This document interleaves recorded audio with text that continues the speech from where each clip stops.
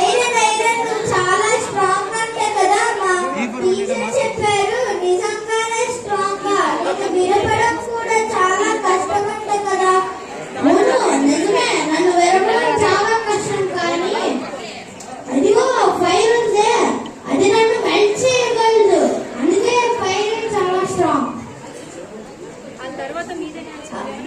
Fire fire నువ్వేనా చాలా strong. అంత స్ట్రాంగ్ ఉన్న ఐరన్ ని కూడా మెల్ట్ చేయగలవంట కదా. ఏమిటి స్ట్రాంగ్నెస్? ఇదిగో ఈ వాటర్ ఉంటే నా మీద వచ్చి పడితే నాలోని ఫైర్ అంతా తుస్సుమంటుంది. వాటర్ వాటర్ నువ్వేనా చాలా స్ట్రాంగ్.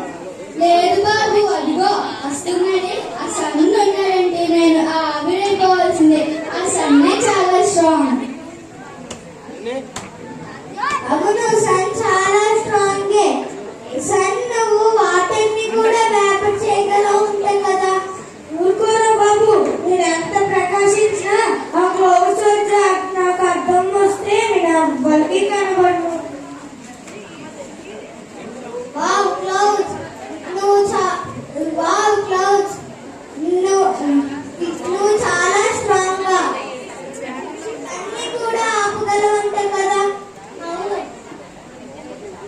ఊరుకోరా అబ్బాయి, స్ట్రాంగే కానీ ఈ ముందుందే ఇది నన్ను ఎటు కావాలంటే అటు మూవ్ చేసేస్తుంది.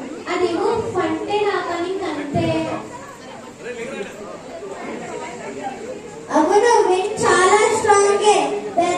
విండ్ వచ్చినప్పుడు పెద్ద పెద్ద చెట్లన్నీ కూడా కూలిపోతాయి. అందుకే విండ్ స్ట్రాంగ్. నేను ఎంత స్ట్రాంగ్ అయినా అదిగో ఒక పర్వతం ఉందే, అది నన్ను అడ్డుకోగలదు. దాన్ని అడ్డుకునే అంత పవర్ నా దగ్గర లేదు బాబు.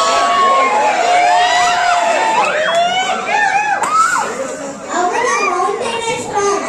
లేకపోతే వీళ్ళందరికంటే మౌంటైన్ స్ట్రాంగ్ అయి ఉంటది కదా. ఒరే బాబు ఊరుకోరా, ఎవరైనా వింటే నవ్వుతారు.